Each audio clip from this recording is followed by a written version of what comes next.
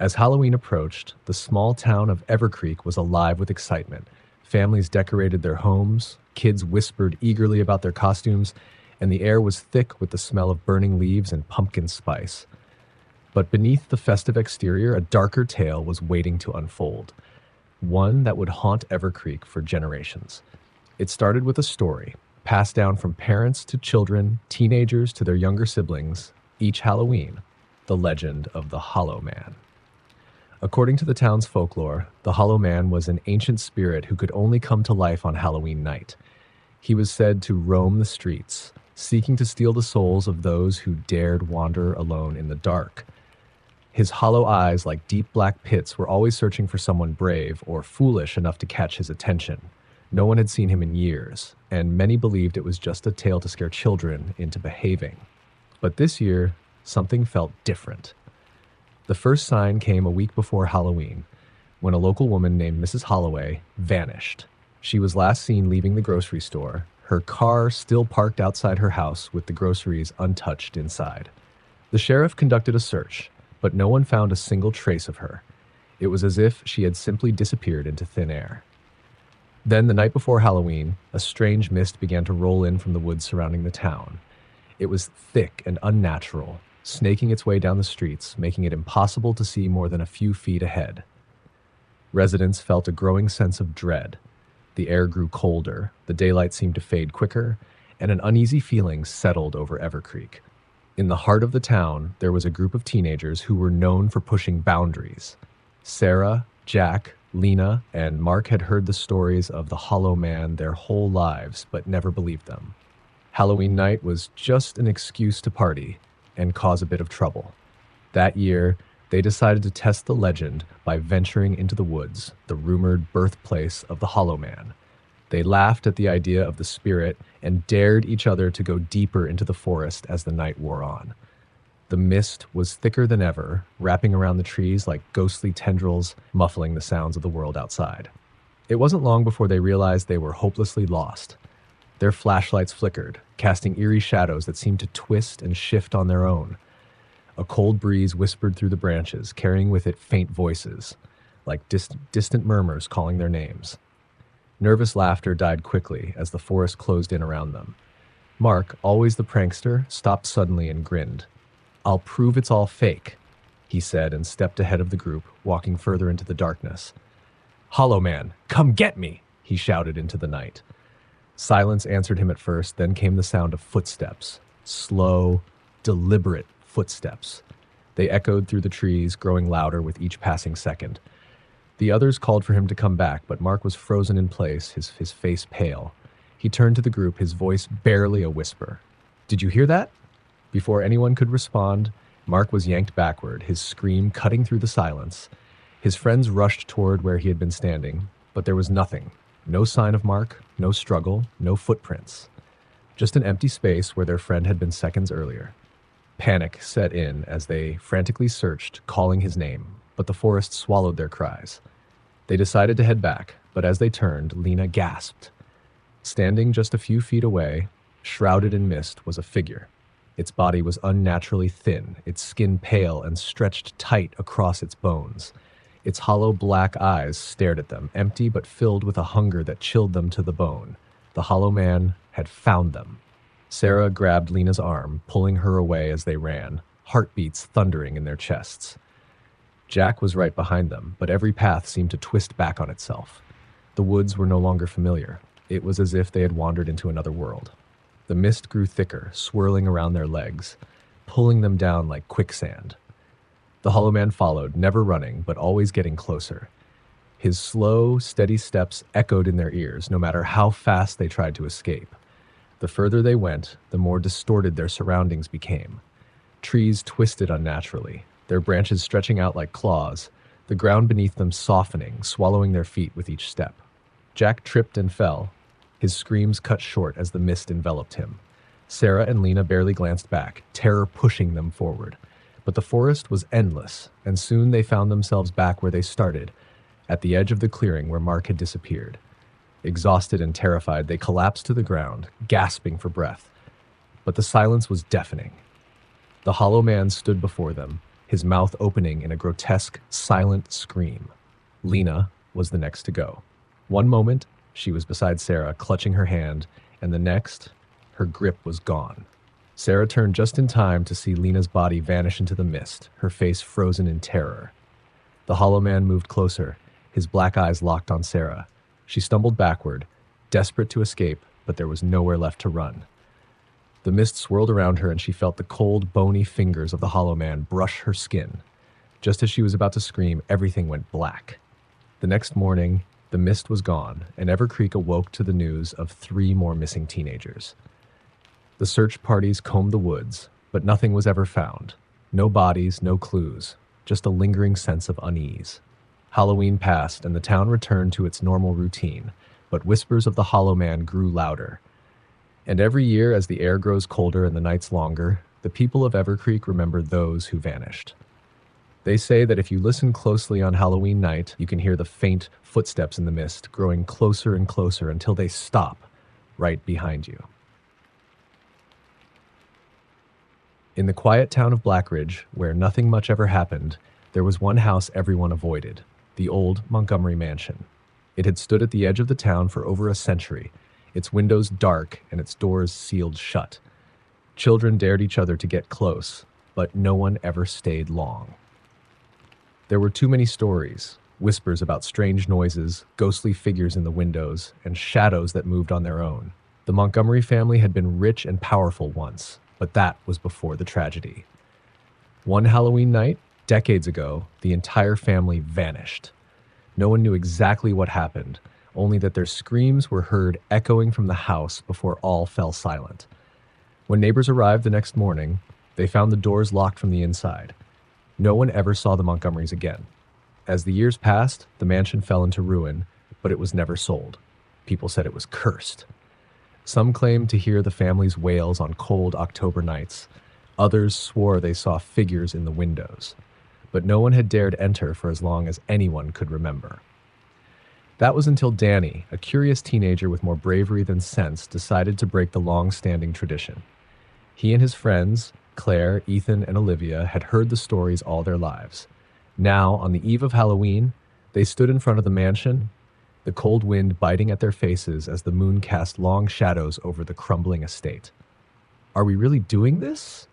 Olivia asked, her voice barely a whisper as she eyed the towering house. Danny grinned, his flashlight beam dancing across the decaying porch. "It's just an old house. There's nothing to be scared of." Claire wasn't so sure. "If it's just a house, why hasn't anyone lived here in over 50 years? Because people like their ghost stories," Danny replied. "Come on, let's prove them wrong." They approached the door, its wood cracked and weathered by time. With a shove, the heavy door creaked open, revealing a dark hallway coated in dust and cobwebs.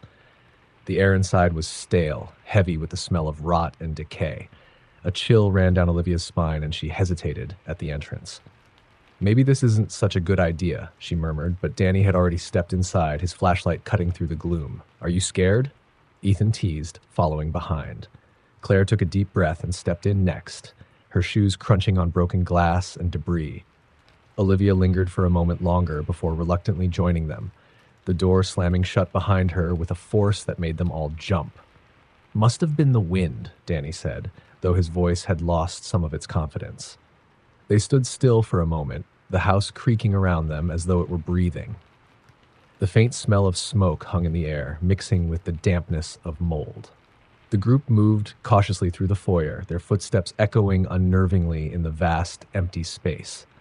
The old furniture was still there, covered in sheets, as if the Montgomerys had planned to return any day. Their footsteps left prints in the thick dust as they wandered through rooms frozen in time, every corner filled with shadows that seemed to shift when no one was looking. "This place is like a time capsule," Claire said, her voice barely above a whisper. "It's creepy how everything is still here." They made their way to the grand staircase, its wooden banisters splintered and broken in places. As Danny ascended, a low groan reverberated through the house. At first, they thought it was the old wood, but then it came again, louder this time, a deep guttural moan that seemed to rise from the walls themselves. "Did you hear that?" Olivia's voice trembled. "It's probably just the wind," Danny said, but even he didn't sound sure. They reached the top of the stairs where a long hallway stretched before them. The air was colder here, and as they stepped forward, a soft, rhythmic tapping echoed from one of the rooms at the far end. Tap, tap, tap, tap, like footsteps pacing back and forth. Who's there? Ethan called out, his voice shaky.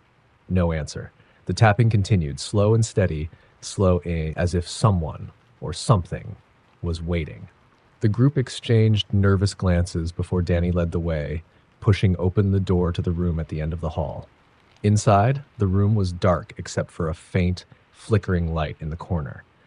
As their eyes adjusted, they saw what looked like an old lantern swaying from a hook in the ceiling. It cast eerie shadows on the walls, and beneath it, a rocking chair moved back and forth, creaking with each slow motion, though no one was sitting in it. Claire gasped and took a step back, her heart racing. This isn't right. We need to get out of here. But before anyone could move, the door slammed shut behind them with a deafening bang. Panic set in as they rushed to open it, but the door wouldn't budge. "Let us out," Danny shouted, pounding on the wood, but his voice was drowned out by the sound of footsteps. Heavy, deliberate steps that echoed from the hallway outside. Someone was coming closer. Each step seemed to rattle the walls, shaking the floor beneath their feet. Olivia backed away, her eyes wide with fear. "We need to hide." They turned to the corner of the room, where an old wardrobe stood against the wall. Without thinking, they pulled open the doors and crammed inside, squeezing together in the suffocating darkness. The air inside was thick and stale, and the faint smell of something rotting filled their noses. They waited in tense silence, their breaths shallow and rapid, as the footsteps grew louder. Through the crack in the wardrobe doors, they could see the shadow of something large and distorted move past the room. But then, it stopped. The lantern light flickered wildly, and the shadow loomed over the wardrobe as if sensing their presence. Suddenly, the wardrobe door flew open, revealing nothing but the darkened room and the empty hallway beyond. For a moment, they thought it was over, until a low, chilling voice whispered from the corner of the room, "You're not supposed to be here." The lantern flickered out, plunging the room into total darkness. The door of the wardrobe slammed shut again, trapping them inside. But now there was something else with them, something cold, something breathing down their necks. On the outskirts of a sleepy little town, there was a narrow dirt road that twisted through a dense, overgrown forest. The locals called it Widow's Way, and no one dared to walk it after dark. For years, the road had been the subject of ghost stories and urban legends, but none more terrifying than the tale of Eliza Harrow, the widow whose wails were said to echo through the trees on moonless nights. Eliza's story was a tragic one. Her husband, a fisherman, had gone out to sea one stormy night and never returned. Distraught, she wandered the road for weeks, searching for him. But as the seasons changed and hope dwindled, so did her sanity. One night, overcome with grief, she walked deep into the woods and was never seen again. Some said she had taken her own life. Others believed something in the woods had claimed her. What everyone agreed on was that her spirit lingered, trapped on that cursed road. Despite the warnings, people from nearby towns began disappearing on Widow's Way. The unlucky few who had ventured down it during the night were never seen again. There were whispers of strange figures seen in the woods, of distant sobs carried on the wind, and shadowy apparitions lurking in the fog. No one believed these stories more than Jess and her brother, Kyle. Ever since they were children, their grandmother had warned them about the road, telling them to never, under any circumstances, walk Widow's Way after dark. But, like most teenagers, Kyle didn't believe in ghosts, and on the night of the full moon, he decided to test the legend. "Come on, Jess," Kyle said with a smirk, standing at the edge of the forest. "It's just a stupid road. Nothing's going to happen." Jess hesitated, glancing at the darkened path ahead of them. The trees were unnaturally still, the air cold and heavy with an eerie silence. "I don't like this, Kyle. Let's just go home." But Kyle was already stepping forward, his flashlight cutting through the thick fog that seemed to materialize out of nowhere. "I'll be back in 5 minutes," he called over his shoulder. "Stop worrying." Jess watched him disappear down the winding path, her stomach twisted in knots. The fog swallowed him up, and soon his footsteps faded into the night. She waited, pacing nervously at the edge of the forest, the minutes dragging on. 5 turned into 10, then 20. There was no sign of him. Frantic, Jess pulled out her phone, but there was no signal. The nearest house was miles away, and the quiet of the forest felt oppressive, like it was waiting for something. Then, through the thick fog, she heard it, a soft, mournful cry. It was distant at first, almost too faint to notice, but it grew louder, closer. It was a woman's voice. "Kyle?" she called out, her voice trembling. There was no answer, only the sound of the sobbing growing more intense, more pained. Against her better judgment, Jess stepped onto the road, her heart pounding in her chest. The fog curled around her ankles like icy fingers, and every step felt heavier than the last. She followed the sound of the weeping, her breath coming in short gasps as the trees seemed to close in on her from all sides. Then she saw her. A figure stood just ahead, barely visible through the mist. It was a woman in a tattered black dress, her long hair hanging in tangled strands over her face. She was turned away from Jess, her shoulders shaking with sobs. Jess froze, her body paralyzed with fear. She wanted to run, to scream, but her legs wouldn't move. "Excuse me." Jess's voice was barely a whisper, her throat tight. "Have you seen my brother?" The woman stopped crying. The air grew unnaturally cold, and Jess could see her own breath hanging in the air. Slowly, the woman turned around. Her face was wrong. Terribly wrong. Her eyes were hollow, deep black voids that seemed to suck the light from the world around her. Her mouth was twisted in a grotesque grin, her teeth jagged and yellowed, her skin pale and stretched over her bones. "Your brother?" the woman hissed, her voice cracking like dead leaves. "He's with me now." Jess stumbled back, her mind reeling in terror, but before she could move, the woman lunged forward, impossibly fast. Cold, bony fingers wrapped around Jess's arm, and the woman's face was inches from hers, those hollow eyes burning with malice. "He called for help, just like you," she whispered, her breath cold and rancid, "but no one comes back from Widow's Way." Jess screamed and tore herself free, running blindly through the fog, the woman's twisted laughter echoing in her ears. The trees seemed to bend toward her, their branches clawing at her clothes as she fled. Her legs burned with exhaustion, her lungs ached, but she didn't dare stop. Somehow she burst out of the forest, collapsing onto the dirt road outside. The sky was clear now, the moon shining bright overhead as if nothing had happened. But when Jess turned to look back, there was no sign of the fog, no sign of the woman or her brother. The town searched for days, but Kyle was never found. Widow's Way became even more notorious after that night. Jess never spoke of what she had seen, but every year, on the anniversary of his disappearance, she would leave flowers at the edge of the road, listening for the faint sound of weeping carried on the wind. And she would hear it, far off, barely there. Eliza's sobs mingled with the faint, desperate cries of her brother. There was a hospital on the outskirts of town that had been abandoned for nearly 20 years. Ravencrest Asylum, they called it. A decaying shell of a place that was once a psychiatric hospital for the criminally insane. It had been shut down after a scandal involving the mysterious deaths of several patients, but the locals always said it wasn't just neglect or mistreatment that closed Ravencrest's doors. They whispered about experiments gone wrong, patients who had never really left, and shadows that walked the halls long after the doctors had gone.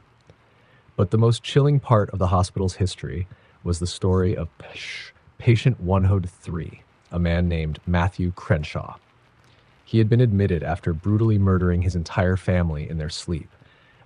He claimed voices in his head told him to do it, voices that came from the other side of the mirrors in their house. Despite years of treatment, Matthew never got better, only worse.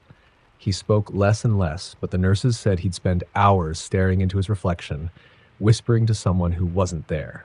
His final act of madness occurred one stormy night when he gouged out his own eyes with broken shards of a mirror, leaving behind a room smeared with blood and cryptic messages scratched into the walls.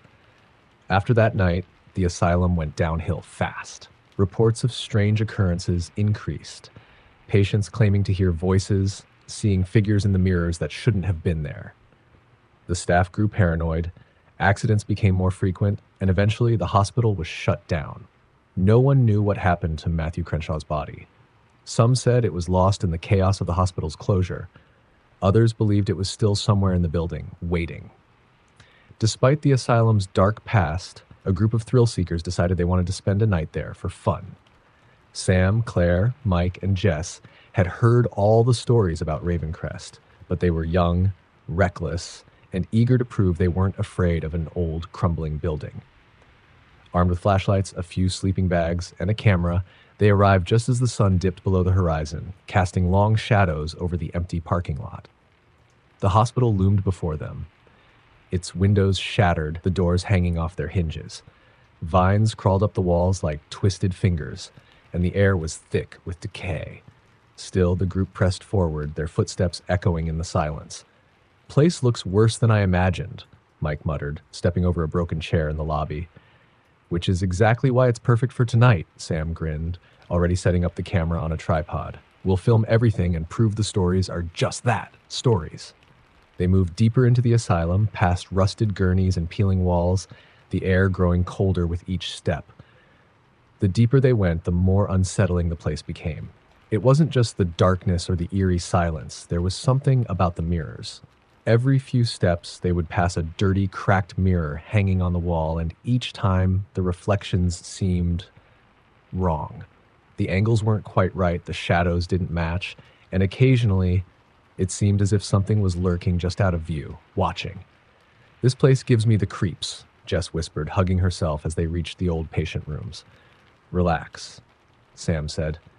"It's just your imagination. There's nothing here." But Claire wasn't so sure. She had felt a strange unease since they entered the building, like they were being watched by more than just the empty windows. "Maybe we shouldn't be messing around with this place." Mike laughed, opening the door to a room with a large cracked mirror on the wall. "You scared of a little ghost story?" Jess and Claire exchanged uneasy glances as they stepped into the room. It smelled of mildew and something faintly metallic. The mirror, though cracked and filthy, still reflected their forms, distorted and broken in strange ways. Sam set the camera down, aiming it at the mirror. "Okay, let's see if patient 103 wants to say hi," Sam joked, moving closer to the mirror. For a moment, nothing happened. Then, as they stood there, the room grew noticeably colder, their breath visible in the frigid air. Jess shivered and rubbed her arms, suddenly wanting to be anywhere but in that decaying room. "Did you feel that?" she whispered. The others nodded, their playful mood now replaced with a growing sense of dread. And then, in the mirror, something moved. It wasn't any of them. Whatever it was behind them. "Did you see that?" Claire gasped, stepping back from the mirror. Sam leaned closer, staring into the cracked glass. His reflection was there, but behind him, something else. A shadowy figure, tall and thin, with hollow, dark eyes. Its face was gaunt, twisted in a grotesque grin. Sam spun around, but there was nothing there, only the empty room. "Let's get out of here," Mike said, his voice shaking. They grabbed their stuff, but as they turned to leave, the door slammed shut with a deafening bang. Jess screamed, rushing to the door and yanking on the handle, but it wouldn't budge. The room seemed to pulse, the walls groaning as if the building itself was alive. The lights on their flashlights flickered wildly, and in the mirror, the figure began to move, its head twitching unnaturally as it stepped closer. "It's in the mirror," Claire cried, backing away from the wall. The figure in the glass reached up, pressing its long, bony fingers against the inside of the mirror as if trying to push through. Cracks spread from where it touched, spiderwebbing across the surface, the glass trembling as it bulged outward. "Break it!" Mike shouted, grabbing a chair and hurling it at the mirror. The glass shattered with a deafening crash, pieces flying everywhere. But instead of stopping, the room seemed to implode with cold air rushing around them. And from the shards of broken glass, the figure emerged, tall, skeletal, its eyes hollow and empty, just like the stories of patient 103. The thing stepped forward, its grin widening as it reached for them. The walls groaned, and the lights flickered out completely. Sam's camera fell to the floor, recording only the muffled sounds of screams and footsteps. When the sun rose the next morning, the town was abuzz with the news. The police found the group's car outside Ravencrest Asylum, but inside the building, there was no trace of Sam, Claire, Mike, or Jess. All that remained was the shattered mirror, its pieces scattered across the floor, reflecting an empty, silent room. And in one of those shards, if you looked closely, you could still see them, their faces frozen in terror, trapped on the other side of the glass. In a forgotten corner of the world, hidden deep in the dense woods, there was a lake known only to the locals as Mirror Water. The lake earned its name because its surface was so still, so eerily reflective, that it looked like a perfect mirror, even on the stormiest of days. Birds never flew over it, animals never drank from it, and even the wind seemed to avoid its shores. Legend had it that the lake wasn't natural, that it was a gateway to something far darker, a place where reality bent, and once you stepped too close, you would never come back the same. The locals avoided the lake, but like all cursed places, it had a pull on the curious.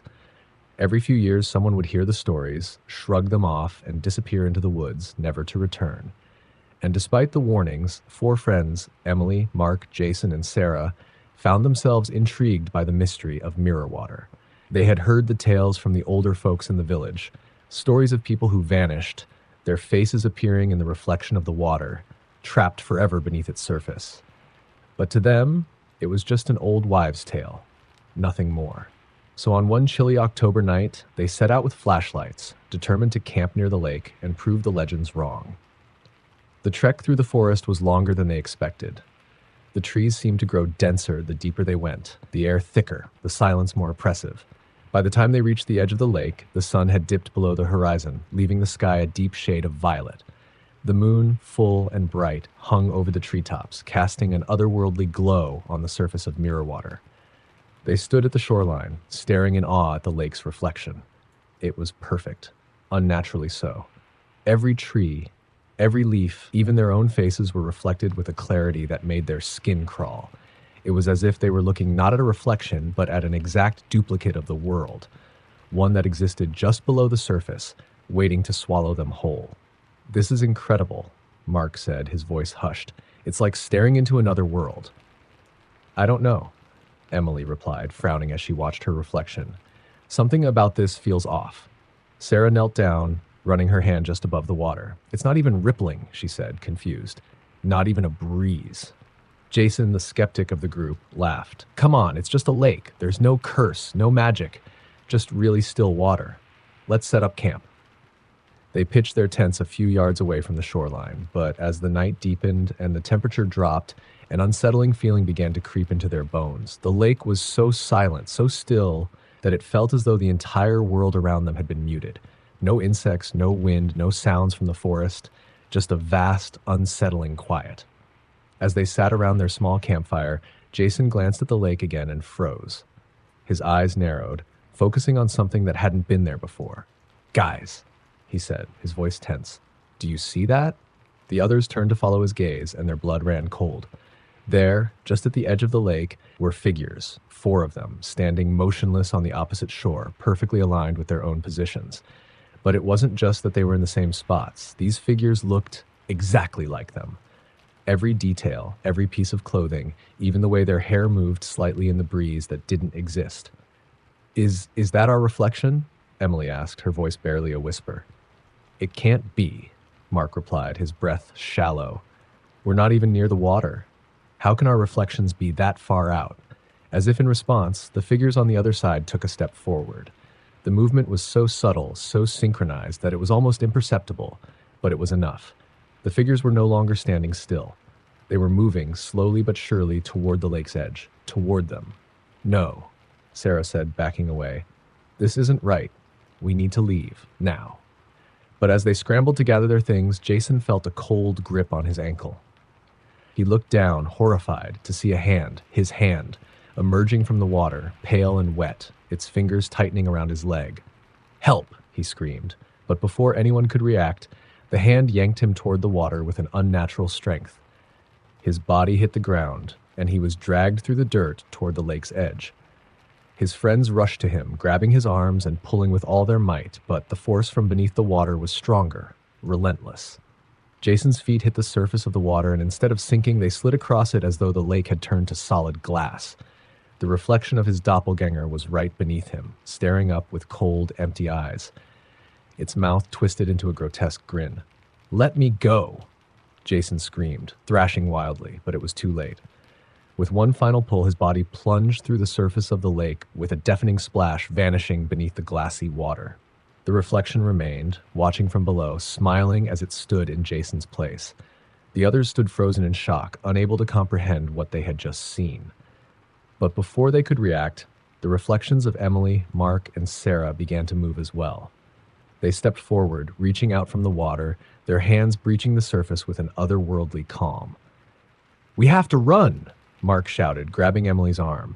But as they turned to flee, they found their way blocked by themselves.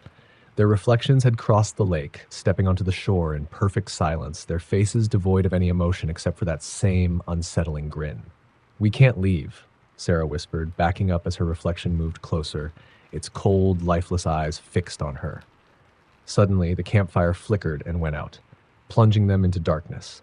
In the pitch black, they could hear the soft, deliberate footsteps of their reflections drawing nearer, the rustling of leaves beneath feet that weren't supposed to exist. Emily, Mark, and Sarah screamed as they were pulled into the lake, one by one, their reflections taking their place on the shore, silent and still once more. When the first rays of dawn touched the water, the surface was calm, undisturbed, except for four familiar faces staring up from beneath the glassy surface, trapped forever in the perfect reflection of the cursed lake. There was an old house at the end of Grave Mound Road, a place that had been abandoned for decades. The locals called it the Weeping House. Every night, when the wind was still and the town was asleep, passersby claimed they could hear faint cries coming from the decaying structure. No one knew who built it or why it was left to rot, but the house had a reputation for strange happenings. Those brave enough to approach it swore they could feel the temperature drop as they neared the front steps, and some even claimed to see figures in the windows, shadowy silhouettes that would vanish the moment they were spotted. The most disturbing tale, though, was that of Rachel Mathers, a young woman who lived in the town years ago. She was kind and well-liked, but tragically disappeared one stormy night, never to be seen again. Rumors spread that she had been murdered, though no one knew by whom. But after her disappearance, the Weeping House became more than just an eerie structure. It became a place of dread. Many believed Rachel's spirit had found its way to the house and was now trapped there, forever weeping for her lost life. Despite the warnings, four friends, Lily, Tom, Ben, and Katie, decided to spend a night inside the Weeping House. Halloween was approaching, and they thought it would be the perfect opportunity to test the local legend. Armed with flashlights, a few sleeping bags, and a digital recorder, they drove to the house late one evening. The night was crisp and still, the moon hidden behind a thick blanket of clouds. When they arrived, the house loomed over them, its windows like hollow eyes staring into the darkness. The air around it was strangely cold, far colder than it had been during their drive up the hill. "Are you sure about this?" Katie asked, hugging her arms to her chest as they walked up the cracked stone path. "Come on, it's just an old house," Tom said, grinning. "We'll hang out for a few hours, maybe record some spooky noises and head home. It'll be fun." Ben, the practical one of the group, frowned as they reached the front door. "I don't like this. We should have listened to the locals." Lily, always the adventurer, pushed the door open with a creak. "We're here now. Let's at least check it out." Inside, the house was in worse shape than they'd expected. The walls were peeling, the floorboards creaked ominously under their weight, and the faint smell of mildew hung in the air. But what was most unsettling was the overwhelming sense of sadness that seemed to seep from the very walls. It was as if the house itself was alive, filled with an ancient grief. They set up their sleeping bags in the living room near the cold fireplace and turned on the digital recorder. "All right," Tom said, holding up the recorder. "Let's see if Rachel wants to talk to us." "Rachel Mathers," Lily called out, her voice echoing through the empty house. "If you're here, give us a sign. We're not here to hurt you." The room was silent. For a few minutes, nothing happened and the group began to relax. But then, just as Ben was about to make a joke about their lack of ghostly activity, they heard it, faint but unmistakable, a soft, heart-wrenching sob coming from upstairs. Katie gasped, grabbing Tom's arm. "Did you hear that?" "Yeah," Tom whispered, his bravado faltering. "I heard it." The sound grew louder, the sobs turning into full-on weeping. It was the cry of a woman, desperate and broken, echoing down the staircase. Lily's face paled, and Ben, who had been the most skeptical, stood frozen in place. "Rachel, Lily called out again, her voice trembling. Is that you? The sobbing stopped. For a moment, the house was deathly silent, and then the sound of footsteps, slow, deliberate, began to descend the stairs. One step, two, three. Ben turned toward the staircase, shining his flashlight into the darkness. Who's there? At the base of the stairs, just beyond the reach of the flashlight beam, stood a figure. It was faint, barely more than a shadow, but they could see the outline of a woman, her head down, her long, dark hair hanging over her face. Her clothes were old, torn, and dirty, like she had been lost for years. Rachel? Lily whispered. The figure didn't move. It just stood there, swaying slightly, as though caught in some silent agony. Maybe we should go, Katie whispered, backing away. This was a bad idea. Tom, trying to stay calm, took a step toward the figure. Rachel, if you need help, we can. Before he could finish, the figure raised its head, revealing a face twisted in sorrow, her hollow eyes fixed on Tom. But it wasn't just sadness that filled her gaze. It was something darker, something filled with fury and pain. Her mouth opened wide, too wide, and a blood-curdling scream filled the room, so loud and piercing it shook the very walls. The windows rattled, and the air grew so cold that frost began to form on the glass. Run, Ben shouted, grabbing Lily's arm and pulling her toward the door. The group bolted, their footsteps pounding against the creaky floor as they raced for the exit. But the house wasn't letting them go so easily. The door slammed shut in front of them, and no matter how hard they pulled, it wouldn't budge. The temperature continued to drop, and they could hear the weeping again, louder this time, as if it were coming from every corner of the room. She's coming, Katie whimpered, her eyes wide with terror. She doesn't want us to leave. Tom ran to one of the windows, trying to pry it open, but it was as though the house itself had sealed them in. The walls began to groan, the floorboards creaking under some unseen weight. And then they felt it. The cold, skeletal hand of the figure brushing against their skin, icy fingers curling around their arms, their legs. Lily screamed as she looked down to see her own reflection in the darkened window, but it wasn't her. The eyes looking back at her were hollow and black, the face distorted in a mask of terror. Please, she cried. We're sorry. Let us go. But the weeping only grew louder, the sound pressing in on them from all sides, suffocating them with its sorrow. And then, just as suddenly as it had begun, the sobbing stopped. The door creaked open with a slow, eerie groan. Without a second thought, they ran, bursting out into the cold night air, not daring to look back. The house stood silent behind them, its windows dark and empty, as if nothing had ever happened. They never spoke of that night again. But every time they passed the end of Gravemound Road, they could still hear it. The faint, sorrowful wails of a woman trapped in her endless grief, weeping for a life she could never reclaim. And they knew, deep down, that she was still there, waiting in the shadows of the weeping house for the next set of souls, brave or foolish enough to enter.